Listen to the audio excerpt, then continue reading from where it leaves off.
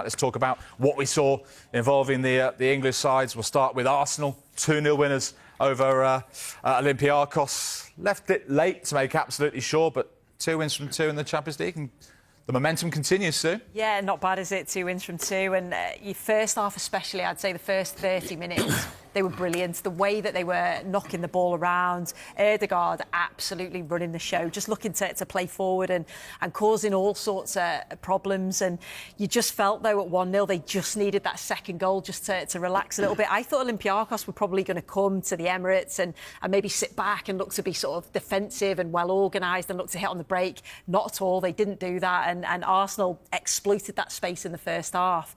Second half, Olympiacos was so much better. They really took the game to Arsenal, created some really good opportunities. And again, you probably forget, you know, at the end of the game, but David Raya made 2 or 3 absolutely outstanding saves at really key points in the game. So, you know, he deserves a lot of credit for that. And then Saka, the finisher, like Arteta likes to say, the substitutes that come on, obviously scored the second goal. The goalkeeper won't want to see that again. It goes through his legs. But he, again, was you know, quality when he come on there. And I just think to have a squad like that, to have the calibre of player to bring on, like, you know, your Saka, Gabriel went down injured, and you just don't have to take any risks when you're Arteta. You can just bring on Mosquera, who comes on and does a brilliant job. So they've got that real strength and depth now, 2 players for every position, and yet 2 from 2. Happy days. Yeah, and they can make 6 changes to the 11, can't they, and still have the likes of Saka and Eze to bring on, as you say, to seal the game.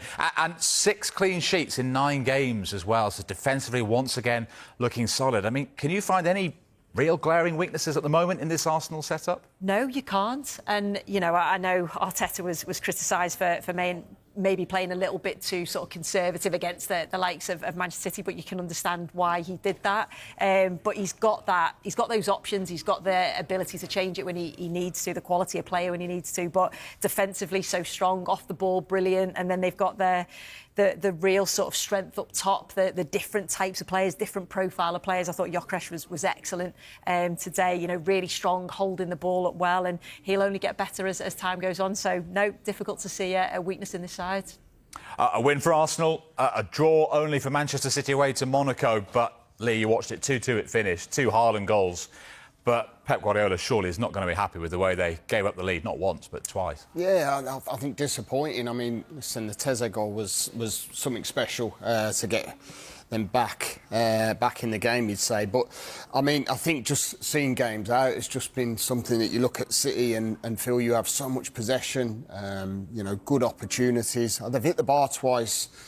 Really unlucky. It was a good team performance, though, Jules. I must say, you know, for how much they had the ball, they played with a purpose. They tried to break down Monaco, who played in that sort of back 5 and made it hard for them at times and counter-attacked really well. And then it's just one of them late on in the game. You know, it's just a bad call to raise your foot in the box. You know you're going to put yourself under massive scrutiny, and Nico did that, and Dyer just got in front of him. But as soon as you see it's a high boot in the box, you're in all sorts of trouble, and that's where the penalty came. And Dyer stepped up. Credit to him, because it was so late on in the game. There was a lot of disruption at the time, and stuck it in that far corner, sending Donnarumma the wrong way. But there'll be disappointment for Pep, knowing that, like you say, you dominate the game for that long period and you don't just see it out and kill the game off. And that's probably where they've had their flaws over the last season. So massive point for Monaco, and not so massive for Man City.